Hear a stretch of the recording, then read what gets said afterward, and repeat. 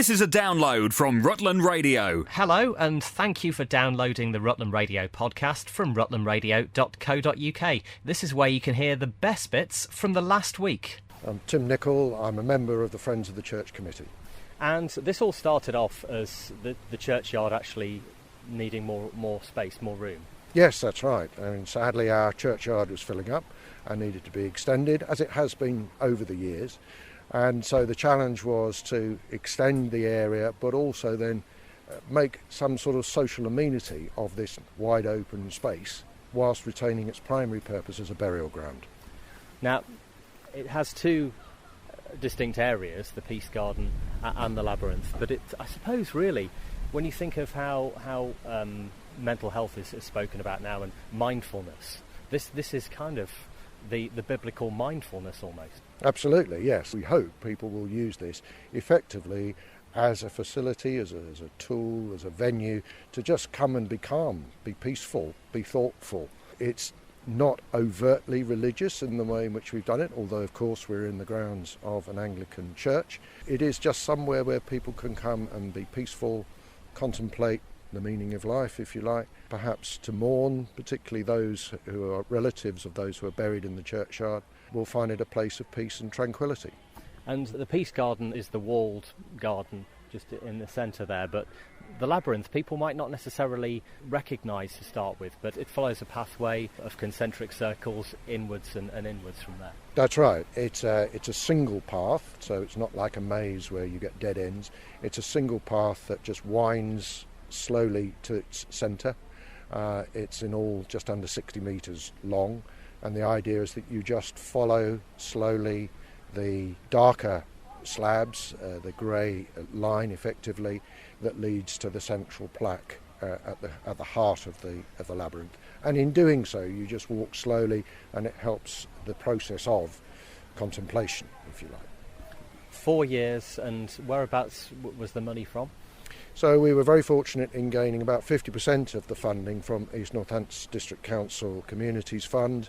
We also got a significant grant from the Garfield Weston Foundation and some other donors, but almost half of the total cost was raised by public donation, raffles, auctions, the usual village activity of fundraising. And a time capsule that was buried. Tell us who did that and what it contained. Yeah, we thought it would be appropriate to bury a time capsule here at the heart of the labyrinth, and we've got a copy of Stamford Mercury, 2 copies of our local parish magazine, News and Views, various programmes for the activities that we do in the village, a copy of our village plan from 2017, a knitted poppy, and lots of households are knitting poppies ready for our 2018 centenary celebrations, and a USB stick with some photographs of the build of this, and a USB stick with 2 of your wonderful programmes, Rob. Thank you. Hard to find 2, but there you go. I trawled through the very best. And who actually laid the time capsule in today? So that was laid by the 2 of the sons of Butch Baker. Butch Baker is the stonemason who's done the lion's share of the work here, local man who does a great job, and 2 of his sons, Sam and Max, laid that, put the time capsule in the hole and placed the stone over the top. And I know there's also a plan to kind of extend this onto a guided walk route as well, ultimately. Yes, that's right. Now we think that this will be a perfect destination for people who already walk in this area. We're very close to the Jurassic Way.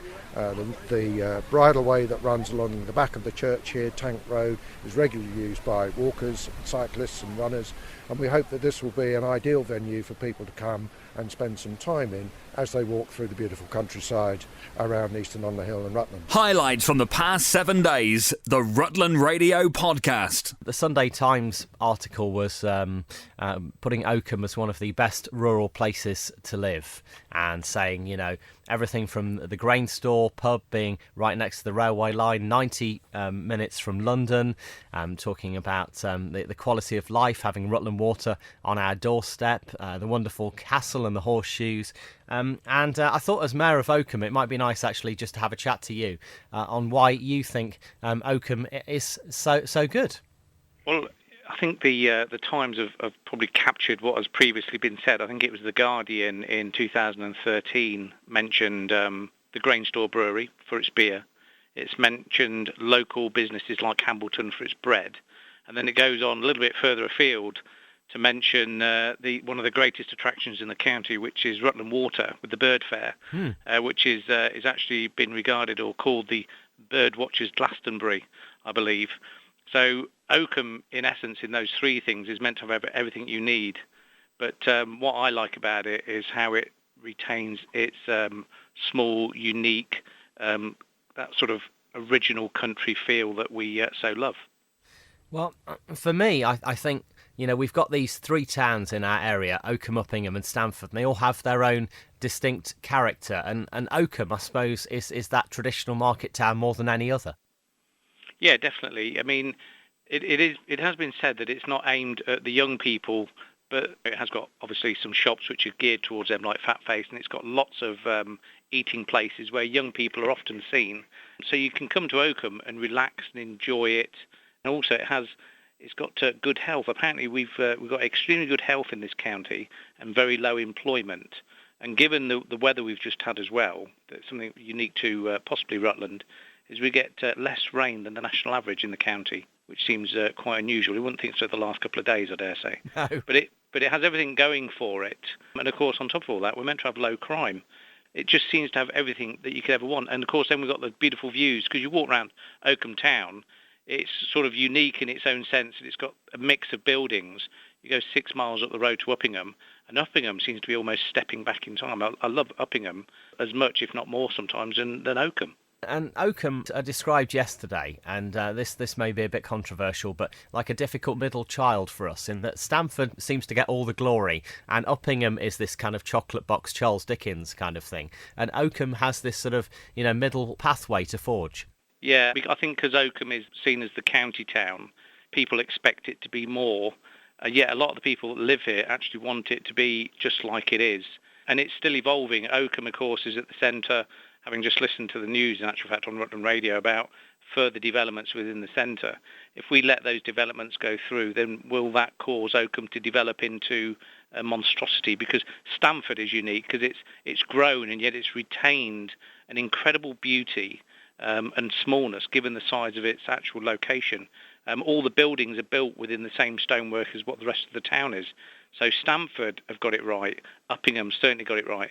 And Oakham is, at the moment, it's creaking a bit because that people want to build here, but it has to be the right building in the right place for the right reason.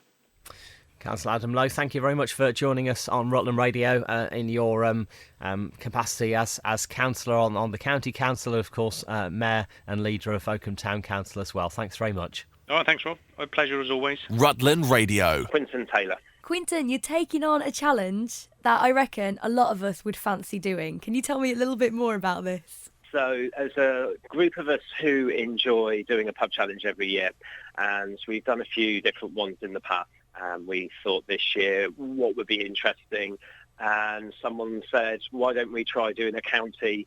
But we thought, well there's Rutland, of course, and we had a quick look. We thought there was about 50 or 60 pubs or so. Why don't we try and do that in a long weekend and see how we do? None of us have been to Rutland before. Well, I've been in Oakham very, very briefly once, but none of us really know the area. So we thought, great, they're all brand new pubs to us and the whole terrain would be new, and we thought it would be quite a nice way to spend a few days. You're originally from Reading, so you're travelling up, especially to check out our lovely pubs around Rutland. It sounds interesting. Not really sure too much what to expect, but, I know that Rutland's meant to be a nice little part of the country. My wife's from Leicestershire, so not a million miles away. So, yeah, I'm looking forward to it. Now, is there any particular reason behind why you wanted to do this challenge, the pub challenge, and also do it in Rutland? The main reason is that we enjoy our beers and we also enjoy pubs. Our previous challenges have taken us around the country for various reasons, and it gives you a sort of sense of place, gives you a sense of geography of how the UK fits together, and being able to do sort of a small county in one go that's very particular and be able to say, yeah, we've done that, we own that county, we've seen it all, and you can get a great picture of how the geography looks, the locals are, and how the general kind of vibe of the place is. So you're aiming to do about 50 to 60 pubs. So how long is it going to take you? Well, we come up on Thursday morning. We leave on Thursday morning. Hopefully, if the traffic is in our favour, we should be at our first target pub at midday. Then we'll see how many balls we can pot. We've done our research. We think there's 54 in total. We've colour-coded them, so we've had a look at the opening times, and then we're going to finish up in Oakham on the Thursday evening so our driver can have a few drinks. And then hopefully Friday and Saturday. We're expecting Sunday early afternoon to be a bit of fun. There'll be a couple of dashes around the county to get the last couple. It sounds serious as well. You've got colour coordinating going on. Have you got like a spreadsheet of where you're going? Yeah, we've got a spreadsheet. Like I said, we've got the Google map. We've got all the opening times listed, the addresses. We've booked our stays around in different places around the county over the 3 nights. So we're in different sections, so it's easier for us to get around the pubs in that section. Yeah, it's we do put a little planning into it. So how many people are taking on the challenge this week? So it's me and my 2 friends, Mark and James. Have you got any T-shirts or are you wearing anything to show that you're doing the challenge? No, we're gonna stay relatively incognito. Obviously, if we have big T-shirts on saying we're doing some kind of beer challenge, that might delay us in some of the pubs, and obviously we don't want to get too far behind schedule. But I did do us a little logo last night on Microsoft Paint when I was waiting for my wife to come home. So I've taken the Rutland Weekends television logo and changed the television bit to Beer Vision. So we're gonna have that as a little moniker to go around with us. And that's the hashtag as well, if people want to follow you on social media. That's right, yeah. We've got a little hashtag, Rutland's Weekends Beer Vision, and the idea is each time we do one of the pubs, we'll just knock out a quick tweet to say where we are, what we've done. As the beer starts to sink in slightly, it might be bunched. Not sure what the mobile phone reception's like, but we should be able to get them all done. And hopefully, if people want to follow us on our little adventure, it'd be good fun. And you get to try a load of independent beers if you're a beer man or a lager man. Yeah, we're all ale drinkers. Mm-hmm. My colleague James, who's with us, he's the chair of the local Reading Camera branch. I do stuff with Reading Camera. I used to be chair of that a couple of years ago. We all enjoy beer. So we're looking forward to some of the locals up there. I think Grain Store, Oakham, and I guess we'll see some Everards from Leicestershire and a few other local ones. So we always like to search out the new and interesting ones, and especially any local beers that are around, because, again, that gives you an idea of what the locals drink and a sort of sense of place. There's no point going to somewhere and then sticking to national beers. That would be really boring. Well, you have a lovely time, Quinton. Stay safe. But Thank you very much. Yeah, enjoy the country pubs. I'm sure you're going to love it. Rutland Radio's best bits on the podcast. So my name's Dave Hayden. I'm the project manager and joint tech lead for the Triton World Record project. Okay, so can you tell me just a little bit more about the Titan project, because it sounds quite fabulous. It sounds really really good. Ridiculous, some might say. So it's there's a type of sport called human-powered vehicles, and what this is basically the waterborne category. So we have built a pedal-powered boat that has a 3-man crew, and the world record we're going for is a 12-hour continuous effort with no change of crew. And it's currently held by a team of Italians, and we're hoping to beat them by targeting 70 miles in 12 hours. So have you made this boat by yourself, this raft? Yeah, we have. So sponsored by lots and lots of companies from in and around Derbyshire. Also got the support of Rolls-Royce. In fact, most of the engineers on the project are Rolls-Royce engineers. And I'd say 80% of the boat has been made in Julian Fletcher's workshop in Derbyshire. We started at 8:15 this morning. Tom Davies in the middle, he's sort of managing boat performance. We've got Stephen Pollard at the front, he's steering the boat. And then we've got Liam Huntington at the back, he's manning the pumps in case there's any water and keeping the crew happy. And we'll go right the way through to 8:15 in the evening. Oh wow, so you're in the middle of it right now. How's it going We're out right there? in the thick of it, yeah.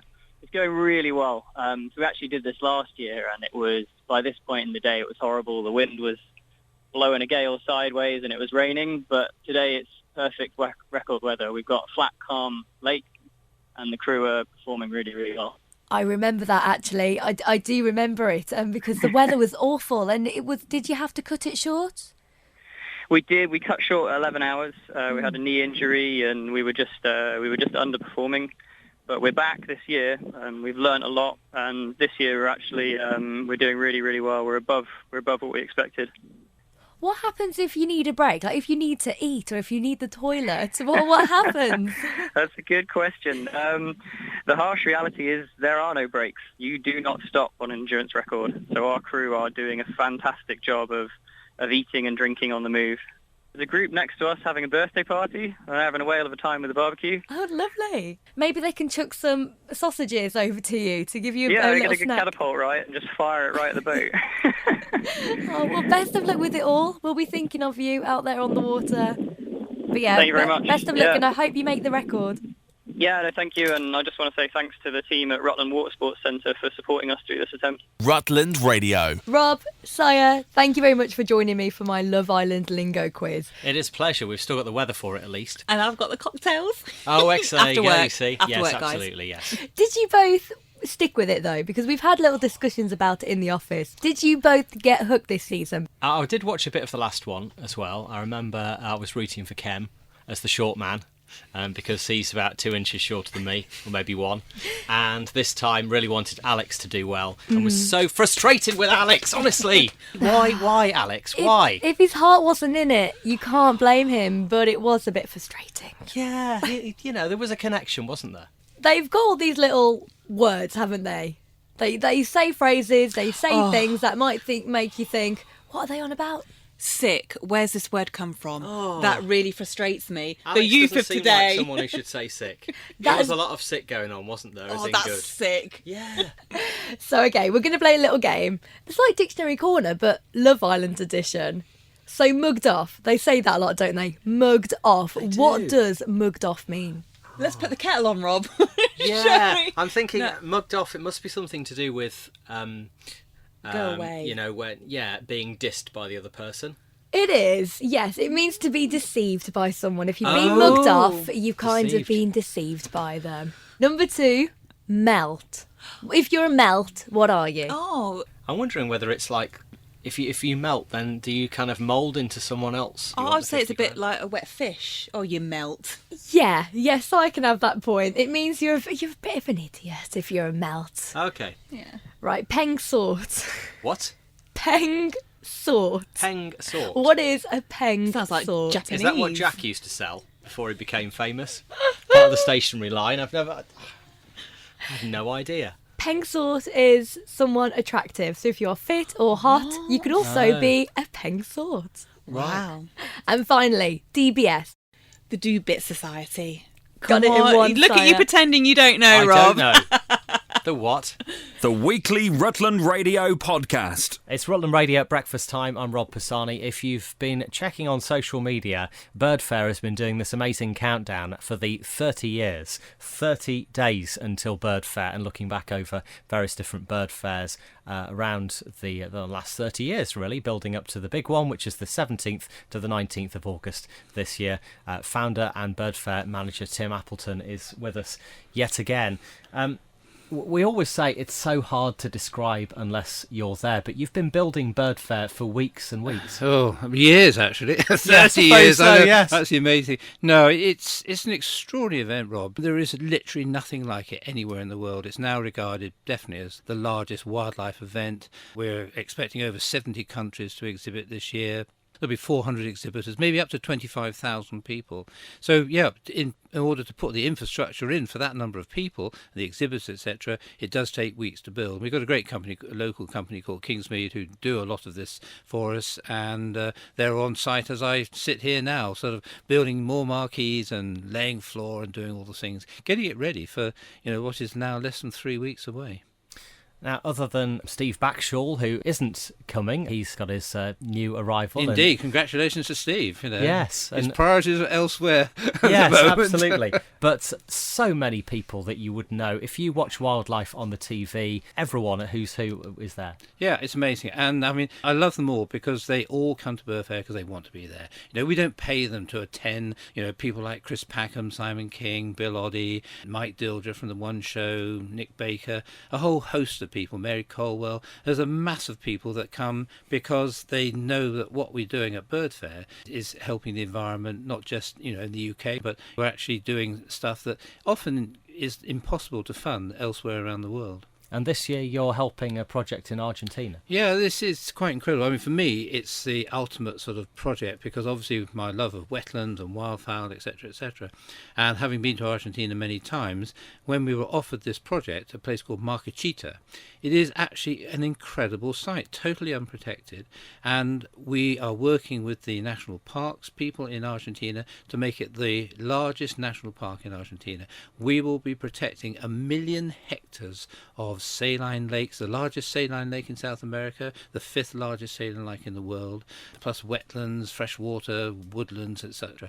So, we'll be working very closely with them, hopefully raising maybe up to £400,000. Rob, we've raised over £5 million at Bird Fair for conservation around the world. And that's all happened at Rutland Water without anyone really noticing, other than being able to get a hotel room over that weekend. Really, if you don't go to Bird Fair, you don't necessarily even know it's on. I know, you might get a bit of traffic first thing in the morning and last thing at night. But yeah, you're absolutely right. I mean, I was saying just now to a friend that it is almost one of the, Rutland's biggest secrets. But it is a very great event. And this year particularly, being our 30th year, we're looking at how we can entertain and engage more younger people. So I was at a bird fair actually in India a few months ago and met an Israeli guy who's married to a Japanese lady who has an incredible story in Japan where they saved the oriental white stork. And the particular town, Tohoku, are very proud of this. So they have sponsored what will be the first wild zone of Bird Fair. It's going to be an incredibly big marquee full of children's activities. Now remember, children come to Bird Fair free. So all weekend there's going to be plays, there's storytelling, there's face painting, there's origami, there's film shows. People like Mike Dilger will be in there. We're doing virtual pond dipping even from there. So it's really going to be great. And John Schoen, a local person, is actually going to be making magical wands. So you'll be able to come along and make your own wand, your wildlife wand, wave it, and you're guaranteed to see some wonderful wildlife. So we really want local families to come. This is the opportunity. We want to show the Japanese, our support for conservation and for young people. So have a look at our website. It's birdfair.org.uk, and you'll see an incredible range all weekend of children's activities. Plus, of course, 180 lectures in the 4 lecture marquee. So it's all there at Rutland Water. Absolutely, and as you say, that there is so much to see from the art marquee to the various free lectures going on.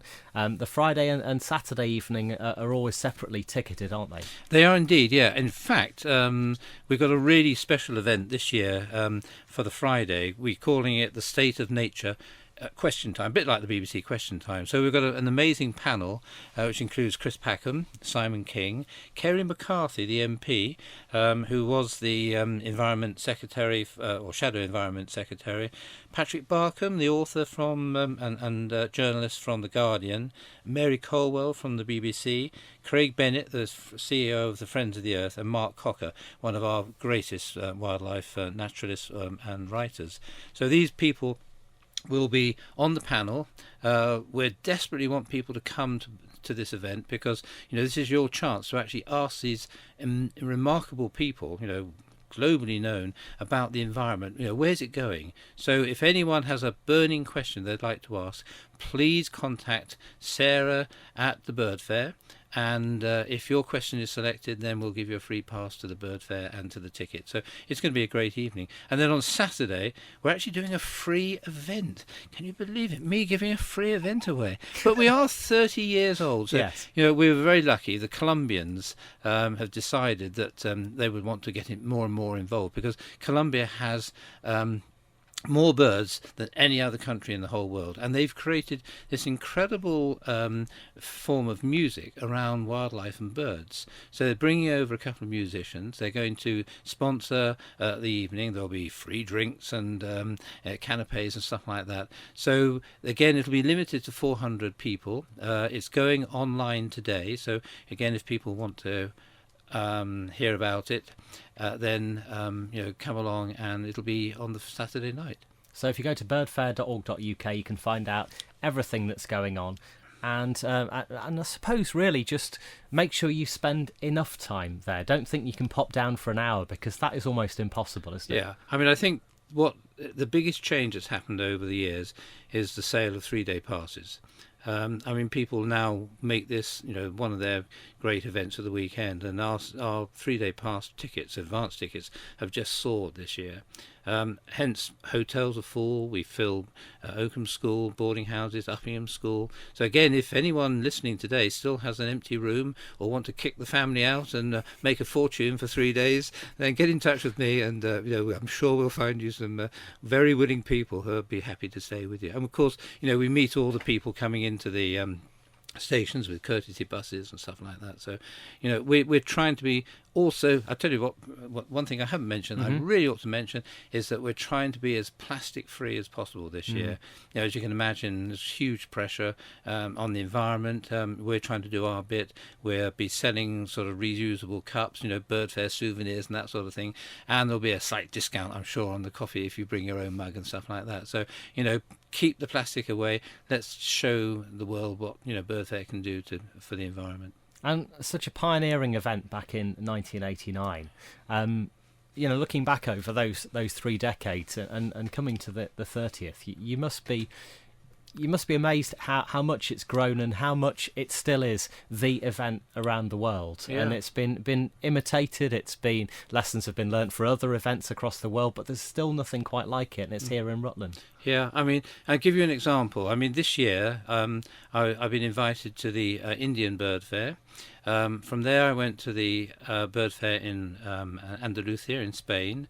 Shortly after this fair, I'm off to Hawaii to give a keynote speech to the Hawaiian Bird Festival. From there I go to the Birding Expo, which again is a similar thing. They started about 3 years ago in the States, and then back to Colombia for the Colombian Bird Fair. And this is all as a result of our bird fair here, that people are and what's so wonderful, we can all work together closely, we can all raise awareness. Some haven't obviously got the commercial side that we have, but that will come in time. We've got 30 years of experience. What is it, do you think, that makes it the event that it is? When you look, when you see it all open up on the Friday, and you think, here we are again. One key word: volunteers. We've got an amazing range of volunteers. We've got 380 different volunteers working on site this year. And I mean, they started weeks ago clearing some of the fields. Now they're putting up infrastructure within the marquees. They'll be doing the rubbish. They'll be doing the security. They'll be doing everything. And basically, you're greeted with a friendly face. They're there because they want to. They're not getting paid thinking, oh gosh, oh, fracky, I've got another 3 hours before I kick off or go home. So it's volunteers that make it, absolutely. And it's a big, massive, great family event. And wildlife enthusiasts, I mean, you don't have to be an expert to come to Bird Fair, for goodness sake. Just if you're interested in the environment, want to learn about it, just come along. And I can guarantee that the entrance fee, which has stayed the same for years now, £15 for adult, remember, children free. And in fact, if you go online beforehand, you can get it even cheaper. All of that money will go to the project. So, you will make a donation, if you like, of £12 or £15 if it's just that one day and that one moment that year, in that day. You will, be supporting international conservation. It is just the most amazing event. If you've never been to Bird Fair, if you have got time over the 17th, the 19th, the Wednesday, the Friday through to the Sunday, then please do go down to the Rutland Water Nature Reserve at Eggleton, and parking is free. I should say that if you are driving there. Of course, yeah. I mean, we try to get as many people in, and again, we involve the local rugby club. You know, again they come to help, and you know that's just wonderful. We can support them a little bit by helping them with some local funds for them. So you know, we're all working very closely. As I say, it really is like a big family. Tim Appleton, thanks for joining us on Rutland Radio, and see you at Bird Fair in just a couple of weeks' time. Thanks, Rob. It's a pleasure as always to be here. Rutland Radio. Hello. Hello, it's Rob from Rutland Radio. Is that Debbie? Yeah, it is. Hi. We had Chris pop in, Chris Burdett, just the other day into the station. He said, I'd heard this feature that you do called Hero of the Week, and I'd like to nominate Debbie Hall for our Hero of the Week. Yeah, he said, I have to have dialysis 3 times a week. You're busy working as a childminder. Look after him. He's had a pretty tough time. And just like to say thank you to you. And also thanks to Terry as well. Who's Terry? That's my other half. That's my partner. Just for sticking by him. And he just really appreciates it. That's wonderful. That is so thoughtful of him. He is a lovely, caring son. Oh, bless him. Oh, that's lovely. Well, oh, thank you. And what would you say back to Chris if you could? Well, obviously you can because you see him all the time, but... I do see him all the time, and I might be his hero, but he's certainly my hero for everything that he goes through. He never complains, and he always thinks of other people too. And yes, he's had such a struggle over the last 3 years, but he's always smiling as well. There's always a smile on his face, and he does always think of other people as well, so that's wonderful. Oh, God, I'm crying. Highlights from the past 7 days, the Rutland Radio podcast. Well, the car park's filling up here at the Starbucks on the A1 northbound at Wittering, just about to do the opening ceremony. I'm here with Mike and also Ronnie from Hearing Dogs for Deaf People. Now, Mike, this is your dog. How long have you had Ronnie for? Nearly 8 years now. What does a hearing dog actually do for you then? It alerts me to the front door, to the telephone, smoke alarm, fire alarm, cooker timer, and there's a call between my wife and I, and when she wants to be summoned into the, wherever she wants to be, yeah. So really having a hearing dog has changed your life? Oh yes, great confidence. It's absolutely brilliant. It's also it's the awareness of somebody coming up to you and thinking, the person's got a hearing problem, so it's good. It's an awareness, which is important. Excellent stuff. Thanks for joining us here at Rutland Radio. We're here at Starbucks collecting money as well, just for today, for Hearing Dogs for Deaf People. We're also here with someone from the charity, and we've got a dog in training as well that you should be able to meet in the next few minutes, called Prince, who's been in training just for a few months now. 6 months old. Just an amazing local charity, and we're here at the northbound A1 just before you get to Wittering. Rutland Radio. Thank you, Sire. I'm here at Rutland Farm Park in the sunshine with Andrea Kenny from RSPB. Now, you've got a little stall here, and you've got little cuddly toys on, and loads of information for people to pick up today. Yes, we're just trying to encourage people to support us, really, and we particularly want to engage families with young children because they're the conservationists of the future.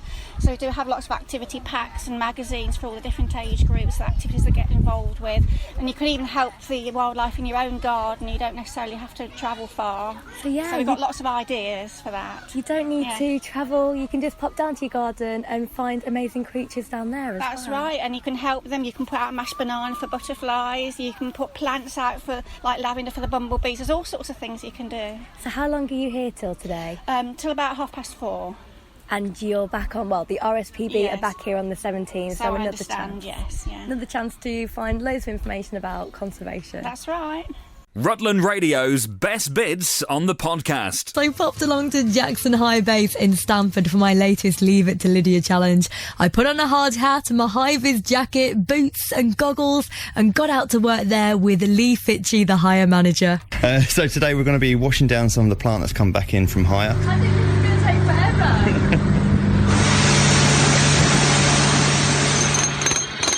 But we use a breaker. That means push it forward. There we go. And back. That's it. You've helped test, obviously, our digger. You've also tested a compactor plate for us. You've done very well. The dumper's nice and clean. So, no, very well. I'll give you 5 out of 5. 5 out of 5. Thank you so much, Lee, and the team at Jackson High Base and Bill Base for letting me loose on the equipment. I've always wanted to have a go on a digger, so I've achieved a lifelong dream there. So thank you so much. There's also a video up on our social media of all the action and photos up on our website as well, rutlandradio.co.uk. If you just go to my page or click on my little face on the that little square on the homepage, you can find all the photos up there. And if you ever need a helping hand with anything, then just let me know. I love a good challenge. Well, that's it for this week's Rutland Radio podcast. If you have any comments, you can email us via the website, rutlandradio.co.uk, and we'll have a new version on our website from Monday. This is a download from Rutland Radio. For more information, go to rutlandradio.co.uk.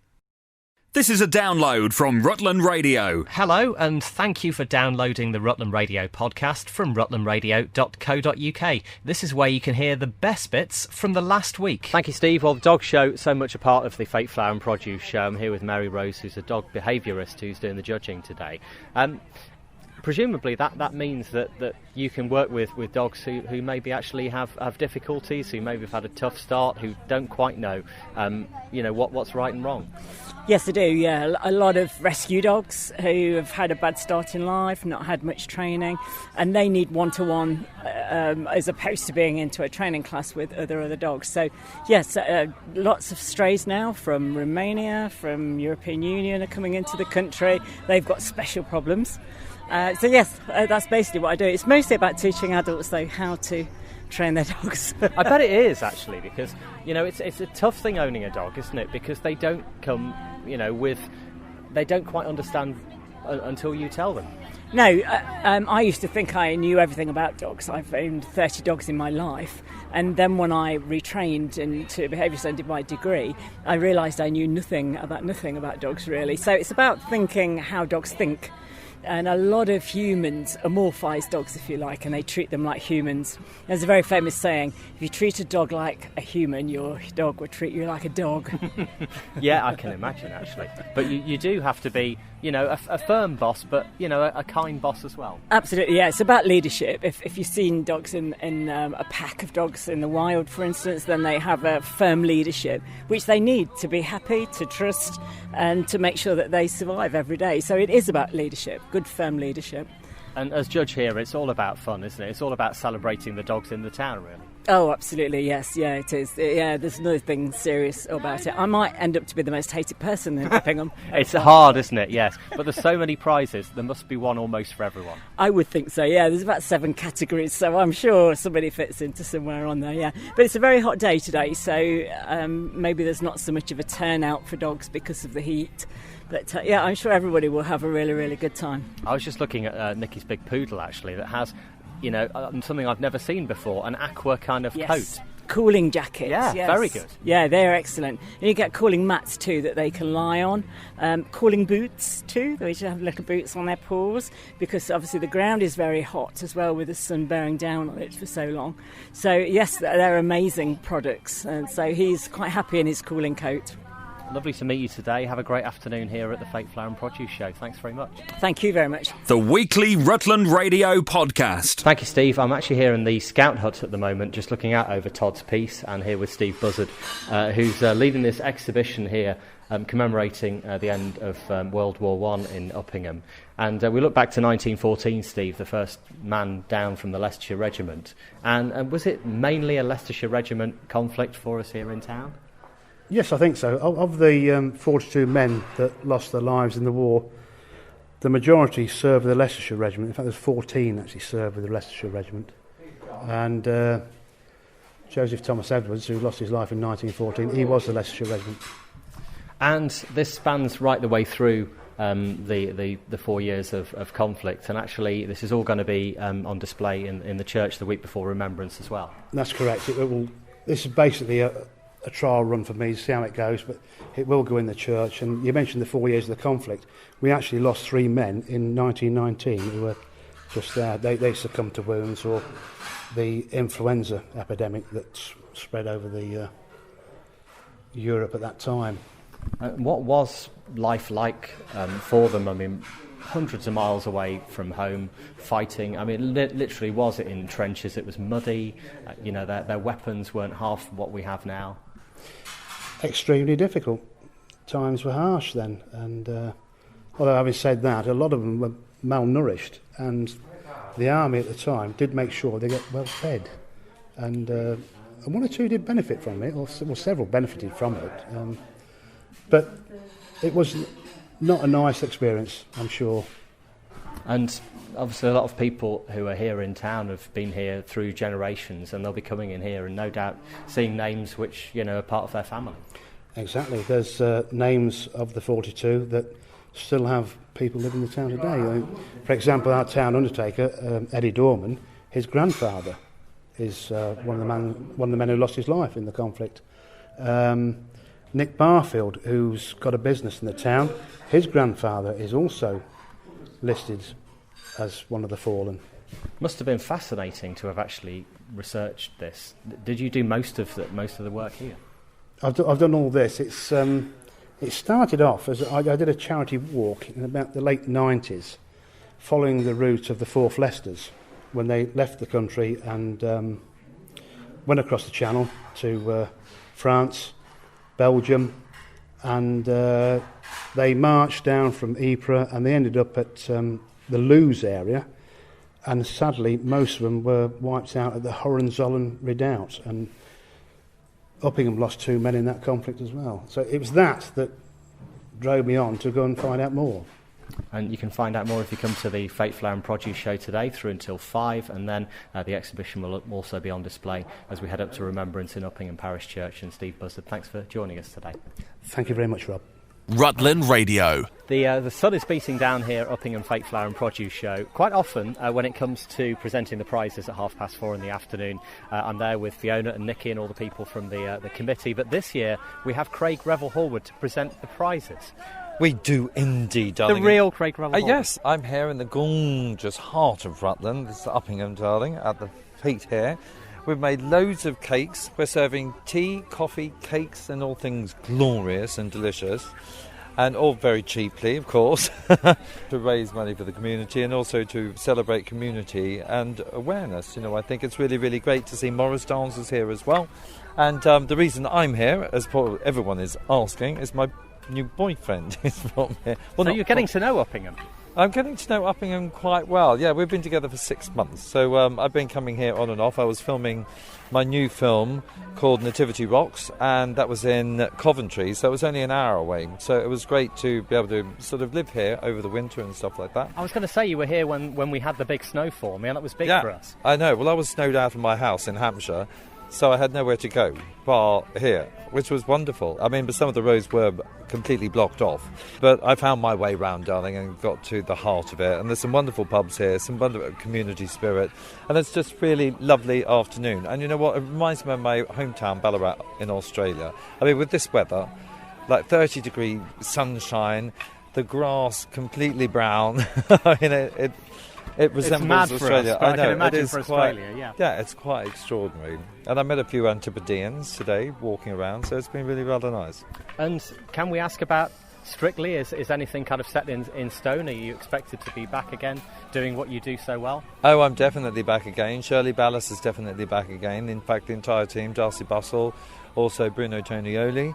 The celebs and the professionals are rehearsing as we speak, even today.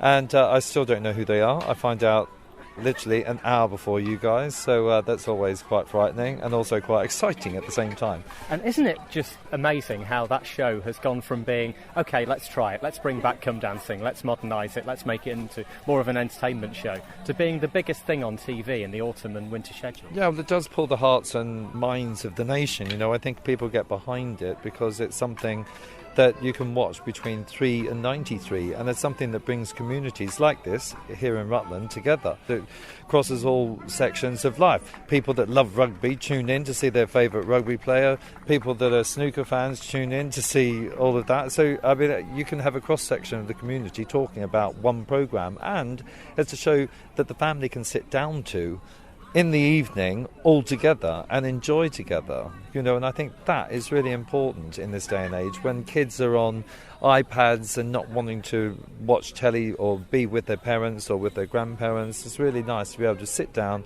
as a family or a group and have a good night. I mean, there's some women who love to just sit there and drink Sauvignon Blanc, all night and play drinking games. Every time I say darling. Yeah, and if you say 10, they don't drink a lot, do they? Very rare, darling, yeah. I give out. But you've kind of got that joke with the viewer in terms of some of the things that you say, and whatever you do say is so much in good humour.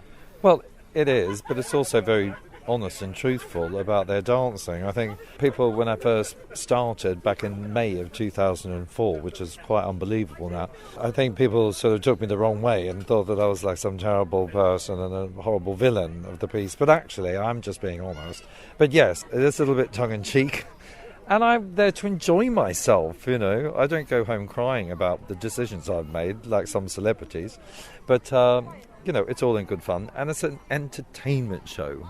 It's not like anyone's life is hanging in the balance. That's what's really great about it, and I love it, and may it long continue. I mean, you consider it's BBC's flagship show, and it has been going for 14 years now, really successfully, with every year gaining more and more viewers, millions of viewers, and going to 53 countries worldwide. I mean, that's no mean feat. Indeed. Craig Greville-Hallworth, thanks for joining us here in Uppingham today. Wonderful to meet you at last. I know you've been around. Yeah. I didn't want to kind of pursue you like on street corners. No, you have. You've been chasing me. I have not. You have. You've been putting calls out on the radio. I know you have. I did mention it, actually. Yes, I have friends in high places that know these so right. Thank you. Rutland Radio's best bits on the podcast. It's Rutland Radio. I'm here in Uppingham with Annie Tappenden, who's doing something to raise awareness of the amount of plastic that we use now. Annie, you're a local artist. You do a lot of work yourself. Yes. And tell us what you're doing this time. Well, I was aware, like we've all been aware, about the whale with a bucket in its mouth by the wonderful David Attenborough, as we've all been made re-aware, not that it's a new problem, our plastic in the ocean. But I thought, oh, come on, Annie, you've got to do something based on installation. But then, of course, it turned into, it's not about me as an artist, it's about the plastic, our children and our grandchildren. And what on earth are we doing filling our oceans with plastic? And it's such a big problem. I understand not wanting to engage. I understand that very well. But now I think I better jolly well engage. So I fill baby grows with all sorts of plastic, and black plastic is the worst, and straws and all sorts. I mean, when I go to the co-op, everything is in plastic. Not that it's only the co-op. Of course, no, absolutely. It's such a widespread problem, isn't it? Absolutely. And I take them to shops and hope they're going to hang them in the window. The council in Uppingham have been wonderful and hung one of these plastic-filled baby grows in their window as you go in, and 2 shops in Uppingham have. And it does really, really make you think, doesn't it? Because actually, as David Attenborough said, it's something that's become so much a part of our daily lives, but we just can't get rid of it. No, and we haven't got enough places that deal with the plastic, so we only deal with a third of the plastic. I look at the news like anybody else, of course, and think, help!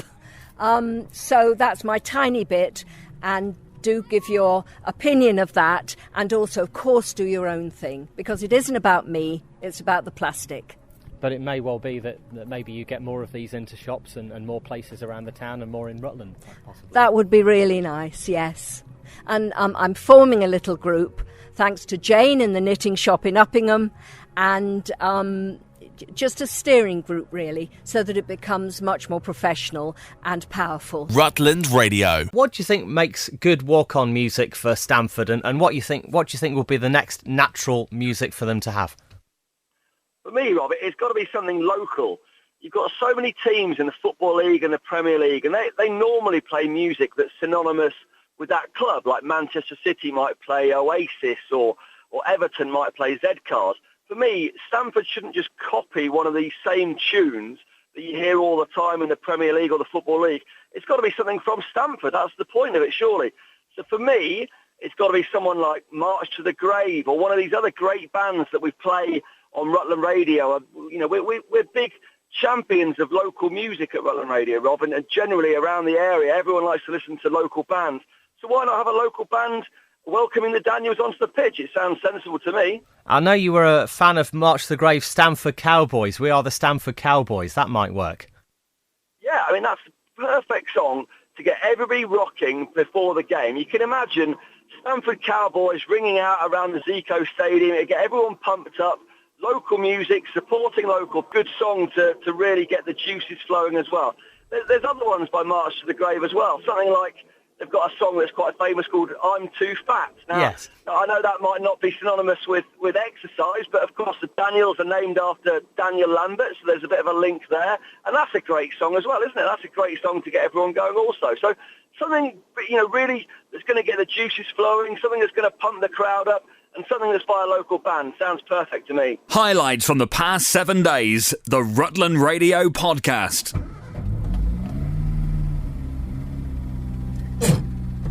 Wow, this is a treat. You know, I was talking about this car that was for sale at the side of the road at Cottesmore. Well, we're in it. I'm here with Roy Walker, whose car this is. Now, here we are, just pulling out towards Roxby Rail. So, this car, you actually took a bride and her dad out on the road to the church on Saturday. You had to take this seat out that I'm sitting on at the moment, just so you can get them both in with her train and her veil and everything. Yes, that's correct. Yep. We're going down the hill at, well, I don't know how many miles an hour because it doesn't work, but apart from that, we don't have seatbelts on. This feels really weird just for that reason alone. Well, it's a nice warm summer's day. We don't need any air conditioning in here. Just open the window, just like you used to do. That's what we call those rear windows. Yes, the air conditioning. They are, aren't they? Absolutely. That caught me by surprise when you put on your trafficators. I thought, oh, that's obviously an old-fashioned name for indicator. But no, it actually puts a little hand out to tell people that you're turning. Yeah. It's really running really well, isn't it? Yeah. You can hear the gearbox, you can hear the engine, but it's by no means sounding very worn or anything. No. There we are then. Lovely. Good luck with the sale. Thanks very much for taking us round, Roy. It's been lovely to meet fine. you. No Thank problem. you. I enjoyed doing it, actually. Rutland Radio. I'm Derek Ayres, Treasurer of the Car and Ball Fund. Now, the Car and Ball Fund started off actually helping Rutland Memorial Hospital. Yes, indeed it did. It started in 1989, I think, following the death of one of our still trustees members, Jim's daughter, Karen. And we worked with the hospital to open the Car and Ball suite, which was a suite specifically for people with life-threatening illnesses. It had a bed, it had place where people and family could come and stay, and a kitchen and general things like that. And that went well and we carried on supporting that. And the fund, we raised a lot of money for that, and that was the start of the fund. Since then, we've had to move on. We've had money donated by the people of Rutland, but we found that we were not making any progress. In the old days when we started at the hospital, we had a matron, and if the matron said something went, something went. Since about 2005 or so, I guess it came up, we realised that we could not do anything without going through a big bureaucratic exercise. And by the time we'd agreed it, the person who we agreed it with at Loughborough or Leicester had left and found another job. We had to start over again. So in despair, we gave up and looked at other avenues we could pursue. And the defibrillators came along because of something that happened on a village cricket field. I believe so. I wasn't involved in the initial start of that. I've been involved primarily as treasurer since 2000 or so. But I wasn't involved in that the cricket field episode. But we have been involved with the local people, we don't supply the defibrillators. We say to a local village, community or pub, if you want a defibrillator, we'll help you with it. We will not fund it completely. We will probably give you about half the costs, and we rely on you to look after it. And so it becomes your device, not ours. But they're amazing things, aren't they? And it's all about those yes. minutes after someone suffers Yes, a problem indeed, with their heart. It is. I do not know a lot of the medical side. Perhaps Julia might be able. She's been involved with more training than I have. Yeah, I mean, you've done training actually, haven't you, as part of your work with the first responders? And although the machine tells you what to do, people like that reassurance of knowing, in advance, because in the emergency situation, you just don't know quite what you're going to be faced with, I suppose.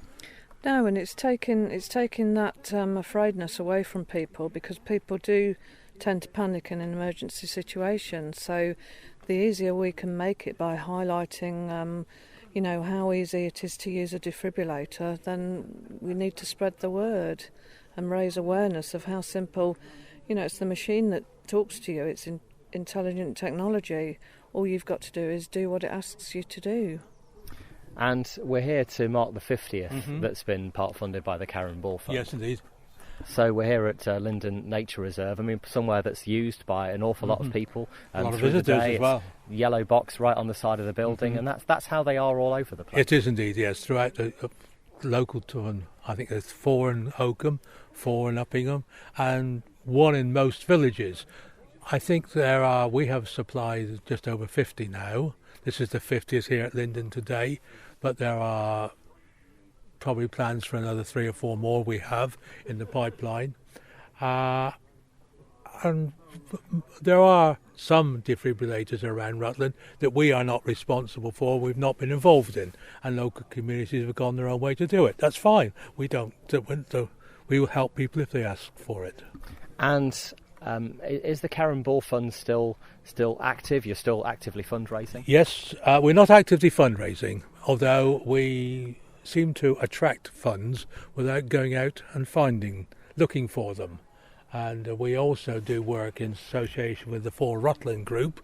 We helped set that up originally, and we support people who have to travel outside the Rutland area, primarily to Leicester, Nottingham, Peterborough for cancer treatment, who need help with travelling expenses, and even now to Brookes, more and more people are having to travel there, and it's very expensive if you've got a course of 40 trips there for radiotherapy and so forth.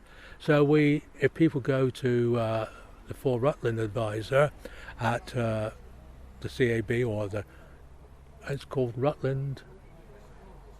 No, you're right in saying that. The Citizens Advice. Citizens Advice Bureau, although now it goes under a different name, I think, a different logo. And there is an advisor there who will help people with the costs of these things. And we do make grants for people who have to travel to hospital. And there are several instances where the breadwinner has in the family, perhaps someone who's self-employed, has to go himself or take his wife for 30 or 40 hours, losing money. And so we do try to support people who have that sort of life-threatening illness. And Karen was 21 when she passed away in the late 80s. What exactly happened to her? Was that a cancer that she had? Yes, it was. I don't know the details of it, but she was in Leicester Royal, and her father and mother were forced to stay in Leicester Royal in some rather poor conditions, and Karen was not very well looked after in terms of not necessarily her medical treatment, but the surroundings. They were not very good, and it was decided that at that time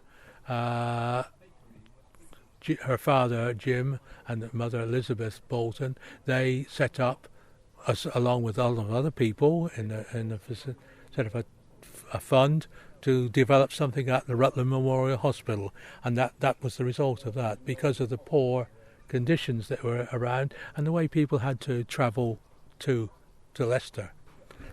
And how do people actually get in touch with the Karen Ball Fund if maybe they have a part of the area that's looking for defibrillator support, or indeed for support through for Rutland? Well, the simplest way, of course, we have a website, the Karen Ball Fund, and the details of all the phone numbers and addresses of people, the trustees, Juliet, mine, and Jim's the secretary. All their details are available on the website, or else they can contact Juliet directly for defibrillators tell us your address, Juliet. They can either email me at juliet.burgessray@btinternet.com, or they can ring me or message you on social media as well, I know, through the Rutland First Responders, the community first responders. Yes, I'm now with the Rutland and Leicestershire Army Responders, so happy for anybody to come through to me that way. And on Facebook. Facebook too, yeah. The weekly Rutland Radio podcast. Anya Vichkovsky, Osprey Project Officer. Now, the annual Osprey Family Fun Day is this Thursday. I guess it's aimed at the whole family, isn't it? You know, right from little children right the way up.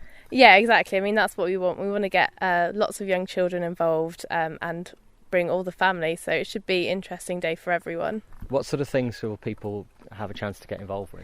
So what we're going to do is we're setting up the reserve so that the children can be an osprey for a day, and they can migrate through the reserve from the UK to Senegal. They'll collect stamps along the way, and there's lots of different games and craft activities for them to get involved with, and they can also see the ospreys. And what kind of year has it been for the ospreys? You know, with this heat, we've seen so many changes, but for the ospreys, it must feel like they're abroad, literally. Yeah, I mean, I've been looking at the temperatures in the Gambia and Senegal, and a lot of the days it's matching the temperature in the UK at the minute. So it's been a completely mad year. I think it's been a bit mad for all wildlife, really. We're not looking at the same numbers of ospreys that we've had in previous years, but we've got some really hopeful behaviour. So hopefully next year we'll have a fantastic year. And you've got 2 chicks that are being reared at the moment. Is that right? Or have you got 3? I don't know. Aren't there some that were born? Yeah, so that's the ones I'm thinking of. Yeah. So that's still a fair question to say. I mean, I can say it if you like. And you've got a couple of new chicks this year as well. Yeah, so we've got the chicks down in Manton Bay.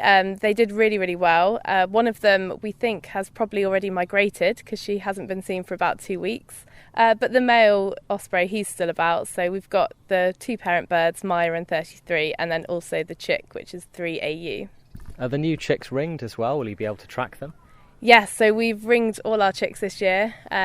Just finished ringing the last couple of chicks last week. So hopefully over the next year we'll get reports of them from in Senegal and Gambia and Portugal or Spain. And then in 2 years' time, hopefully they'll be returning to breed for themselves. And the fun day this Thursday starts at 10. And is it hourly that people book in, or can they just turn up at any time? No booking necessary, so they can just turn up whenever, come in. We'll be closing at about 2, but people can stay on the reserve until we close at 8. And how much is it for people to take part in the fun day? So it's about £10 for a big family and £5 for a small family. How do you kind of denote that? So it will be how many children you have with you. Rutland Radio. Martin Fagan, I'm the National Secretary of the Community Heartbeat Trust charity.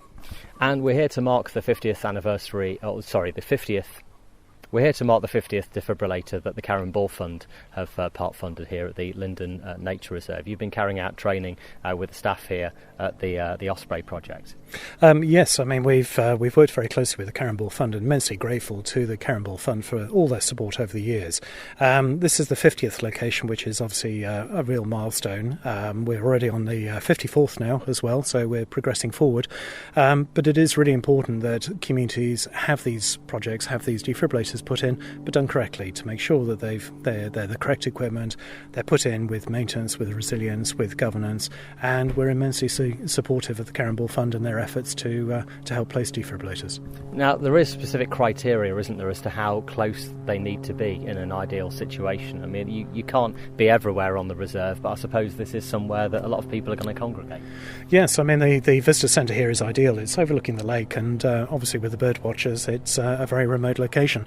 in very simple terms, the guidance is if you're more than 5 minutes away from medical help, then you should think about having a defibrillator. The heart dies by 20% per minute following cardiac arrest. So if somebody does collapse, goes a funny colour, stops breathing, you need to take action. You need to phone 999, start those chest compressions and get the defibrillator from wherever the nearest one actually is. So the more we have out there, the more lives will be saved. And you've got lots in the towns, you've got most of the villages covered now. Is there anywhere particular that you're looking actually to raise funds for? Yeah, there's still actually several villages that we'd love to do projects in. Cairnball still has some funds available, so they're willing to put grant towards those. So if there is a community interested, then we'll come along and talk to them and give them advice as to the best way of doing it. There's another 2 going into Oakham very shortly. There's several going into Whissendine currently at the moment in time, and in fact just down the road here at Glaston we've got one going in the next couple of weeks. Would you be able to say Gleyston as the local pronunciation? Just to say that last sentence again, please. We've got one going into Gleyston, which is obviously very close to where we are here. Rutland Radio's best bits on the podcast. Hi, Rob. Yeah, Saturday night. Yeah, legs very patchy. Very smooth, though. Yeah, I can very smooth, exactly. Did it hurt? Because I've never had my legs waxed. The first few did, and I think I became sort of tolerant to it as it went on. We set a target out at the beginning of £200. We're nearly touching £1,000 over the target, which is unbelievable. We're all pretty overwhelmed by it, and thanks everyone for the support with the event. And I heard that you might make it an annual event. Definitely, yep, definitely. Next year's going to be even bigger. I don't know what I'll be doing for it just yet, but there's definitely going to be an annual event. It's just going to get bigger each year. So you're going to keep up these new sleek legs of yours? No, I think I'm going to let it grow back. It does look a bit odd. Yeah. It's going to take some time to grow back, I think, to what it was. But quite a lot of hair on my leg. Rutland Radio. Charlotte Betty Louise Reed Cottrell, I'm 10. I'm from Stamford. Yeah. So can you tell me what you're doing today for Macmillan and Thorpe? For Macmillan and Thorpe, I'm shaving my head for the charities. Do you know how much you've raised so far? Well, on Thorpe Hall, I'm nearly at £300, and at Macmillan, I'm on £145. And why did you want to do it?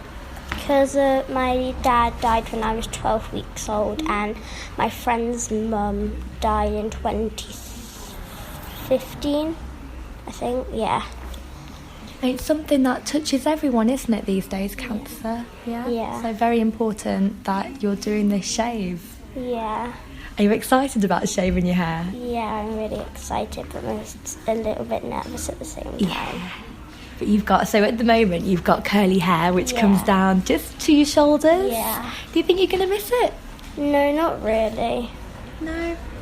Do you think you're going to rock the shaved hair look? Because I think you will. I think you'll look really cool. Yeah, I think I will. Aww. So have you had lots of support from your friends and your family? Well, my friends don't know because I haven't, told them, but I've had lots of support from my family and my neighbours on my street. Are you going to surprise your friends then when you go back in September with a new haircut back to school? Yeah. Oh, so best of luck. Thank you. Highlights from the past 7 days, the Rutland Radio podcast. Hello, is that Linva? Yes, speaking. Hi, Linva. It's Lydia from Rutland Radio. Hello. We've just had a message to say it's from Adrian Hobbs, a gentleman called Adrian Hobbs, who has said that he started choking on food recently. And as he knows, you are a very experienced emergency nurse. He realised he was in danger. He called upon you and you helped him. You helped clear his airway and you basically saved his life. Yeah, I did. Yeah, he's my partner, so we were having dinner together. It was a bit of a shock at the time, but you could say, I did save his life. And he has nominated you for our Hero of the Week, and that is a very, very special thing to do, save someone's life. So congratulations, Linva, you're our Hero of the Week. Thank you. Yeah, that's lovely. Oh, that's a nice surprise. It's quite nice, actually, to think that... I've been recognised for something special because I'm sure you get loads and loads of Heroes of the Week nominations. But yes, I suppose it is very special actually, and I when he gets back, I must thank him for that. So bless him. Aw, and you work at Kettering General Hospital in the A&E department. Yes, yes. So it seems like the work never finishes for you. No, coming home after a 12-hour shift and then sitting down eating a nice meal that he'd cooked, a nice piece of gammon, and then all of a sudden he's sitting there choking, and then I realised that, oh my God, he couldn't get this gammon up, and yes, I had to perform some life-saving technique on him, and the gammon shot across the table. Have you ever saved a life before? Yeah, I saved my son's life a couple of years back. He came round for Sunday dinner, but he was late because he was moving some furniture, and he choked on a piece of roast beef. I don't know what it is about me and dinners, but we had to get the paramedics because actually we couldn't get this foreign body out of his throat. But they arrived, but luckily the beef had been removed, and then. The other incident was about 2 years ago. I was in Morrison's with my daughter, and there was a choking child, a 2-year-old. I managed to recover the baby bell, and he made a good recovery. But, so I don't want to do this again because it's really quite scary. I tend not to panic and then think after, oh, my God, it's not a nice thing to witness because it's something that has to be done in such a short time because obviously the patient will go into cardiac arrest. And unfortunately, I've witnessed, I've been on duty and people have been out in the evening and had something to eat after they've had a heavy drinking session, and they've actually choked and died. So it's sort of like it's something that has to be done quickly and obviously correctly. And you can't afford to panic. You have to be straight in there. No, you can't. And I tend to sort of like, don't panic and then panic after, if that makes sense. Why do you do the job? It's so very rewarding, but it's not something that everyone can do. So only very special people can work. I went into emergency medicine about 30 years ago, and it's because of my nature that I don't panic, and I can. That's probably why I went into the job thinking that I was good at emergencies and that I wasn't that sort of person. I think that's probably why I went into the job. Not everybody can do it. It's a lot of satisfaction when you actually see somebody that comes in really unwell and then starts to recover, and they've been in that position where they've needed emergency treatment, and to see them actually get better, it's a lot of satisfaction. It's very rewarding. So that's probably why I do the job. Well, thank you very much for your time, Linva. Well, that's it for this week's Rutland Radio podcast. If you have any comments, you can email us via the website, rutlandradio.co.uk, and we'll have a new version on our website from Monday. This is a download from Rutland Radio. For more information, go to rutlandradio.co.uk.